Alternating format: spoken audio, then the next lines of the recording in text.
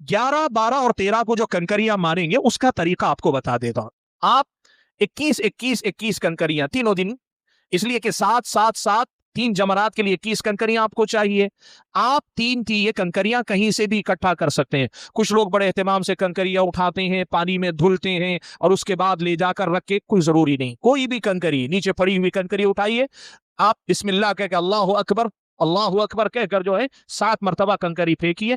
पहले मुश्किल भी था, अब तो माशाल्लाह इतना बड़ा हाउस नुमा ये बना दिया गया है। आपकी कंकरी उस हाउस में गिर गई तो वो लुढ़कते हुए पहुंच जाएगी, लग जाएगी, परेशानी की कोई बात नहीं। अगर आपको ये दिख रहा है कि आपकी कंकरी उस हाउस में नहीं गिरी, कहीं लोगों में गिर गई, तो आप एक्स्ट्रा कंकरी अल्लाह अकबर कहकर मार दीजिए।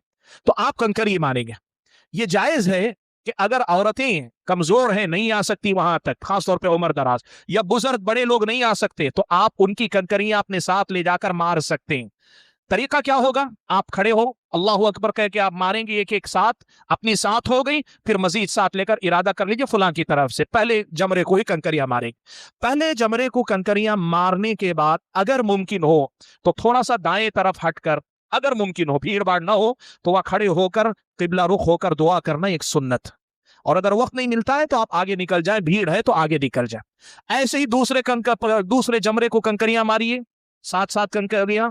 फिर उसके बाद बाएं तरफ हटकर थोड़ी सी देर के लिए दुआ करें, मुख्तसर सी दुआ, किबला रुख होकर। और फिर उसके बाद तीसरे जमरे को कंकरियां मारिए, उसके बाद दुआ नहीं, सीधे निकल जाइए।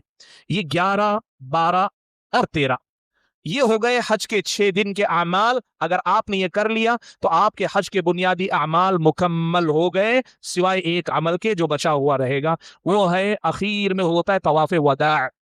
तवाफ वदा। अब इसके बाद 11, 12 तारीख को कंकरी मारने के बाद या 13 को कंकरी मारने के बाद आपका हज एक तरह से इस माने में मुकम्मल हो गया कि अब यहां हज के कोई अमाल नहीं।